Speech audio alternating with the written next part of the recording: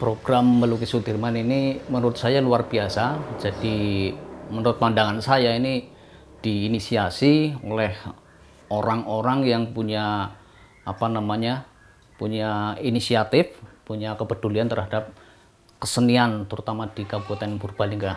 Dan saya merasa bangga, merasa senang ikut andil bagian dalam program ini, dan mudah-mudahan kedepannya sih bisa terus berlangsung.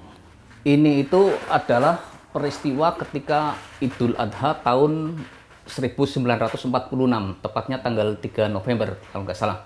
Jadi Jenderal Sudirman ke Jakarta sebenarnya dalam rangka untuk mengikuti perundingan gencatan senjata. Namun demikian pas bertepatan dengan Idul Adha tanggal 3-nya, dan ini tampak rakyat menyambut gembira kedatangan Jenderal Sudirman yang turut serta merayakan Idul Adha di sana, dengan walaupun ada tekanan-tekanan dari pihak Belanda ya. Dan tentara Indonesia ini khususnya yang polisi Tentara Republik Indonesia atau yang sekarang menjadi CPM itu turut menjaga di bagian belakang sholat Idul Adha itu.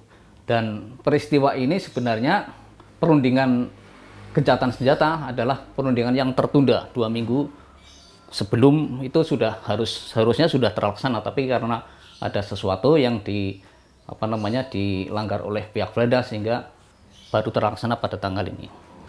Yang pertama, saya merasa masuk ke dalam suasana tempo dulu ya. Jadi melihat demikian apalagi ngerti sedikit tentang peristiwa ini, betapa sulitnya untuk melaksanakan ibadah pada saat itu, dan betapa beratnya untuk memperjuangkan kemerdekaan.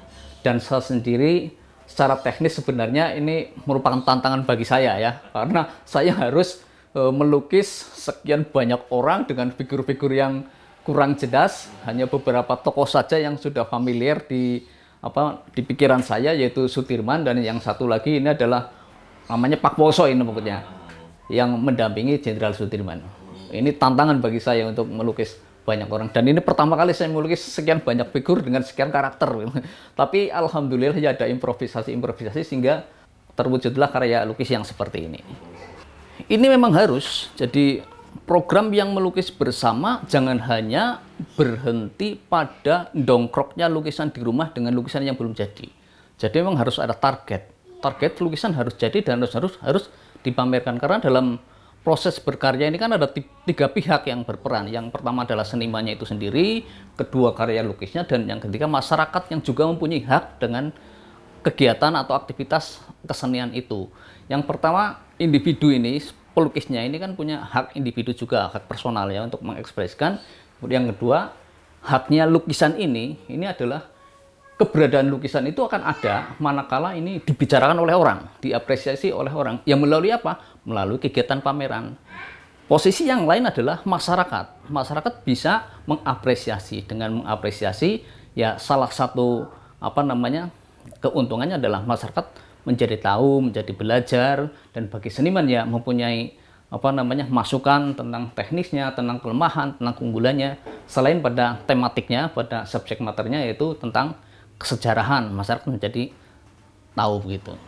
Ini adalah program yang luar biasa. Jadi harapan ke depan ya tentu saja perlu ada dukungan dari sekian banyak pihak, tidak hanya satu pihak, dan juga kalau bisa banyak yang terlibat senimannya. Dan ini kan program yang keberlanjutan, dalam arti setelah melukis bersama dipamerkan, dan ini kan luar biasa. Dan saya berharap seperti itu. Dan harapan yang lain adalah ini akan menjadi sejarah dinamika kesenian di Purbalingga, menjadi saksi sejarah. Oh, dulu pernah ada kegiatan seniman melukis bersama, aksi budaya yang dibalut dengan nilai-nilai nasionalisme. Ini akan menjadi luar biasa manakala kedepannya itu sudah terancang akan lebih bagus. Begitu, Mas.